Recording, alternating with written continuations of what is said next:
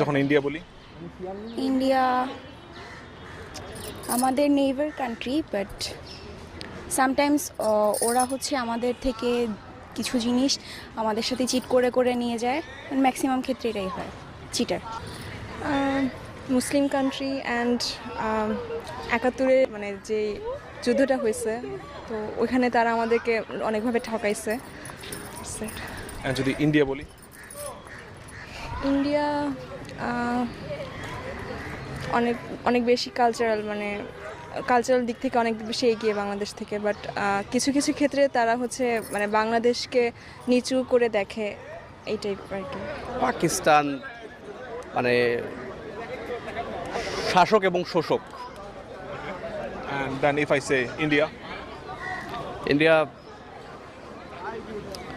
আমাদের হচ্ছে সাপোর্টার, সহযোগী রাষ্ট্র।